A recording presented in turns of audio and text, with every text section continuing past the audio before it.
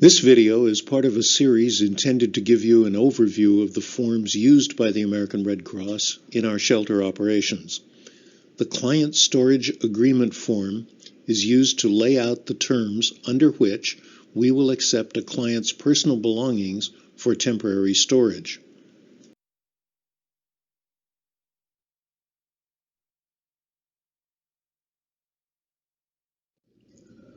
The form provides the client with a written receipt for his or her personal belongings, which the Red Cross has agreed to store temporarily.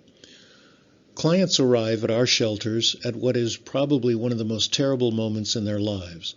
Their homes are uninhabitable, and they turn to us for help. Often, the clients will arrive at our shelter with everything they were able to gather up before leaving home, and they will ask us to store their belongings for them. In many cases, we will be able to accommodate this request. This form is a summarized inventory of the client's belongings and also confirms to us exactly who has the owner's permission to access those belongings.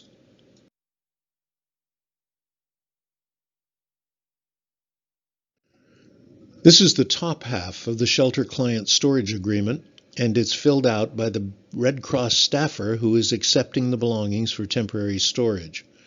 The top box contains identifying information: the date we accept the belongings, the disaster response number, the client's cot number in the dormitory, the shelter location, and where we will store the belongings.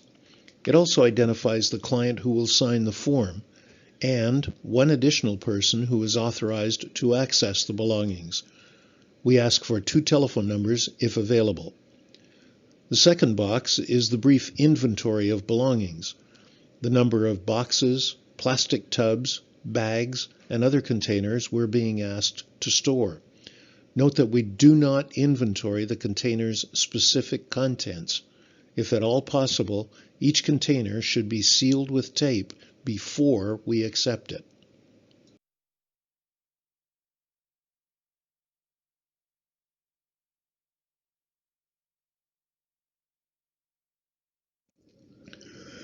This is the bottom half of the Shelter Client Storage Agreement. It lays out the limits of our responsibilities and lists several specific items which the client agrees are not in any of the containers. It's important that the client actually reads and understands all 6 terms detailed here. The client's signature at the bottom completes this form, which is then stored with the client's registration form in a secure place. For more information on how and where we can store client belongings, search the exchange for Caring for Client Belongings tip sheet.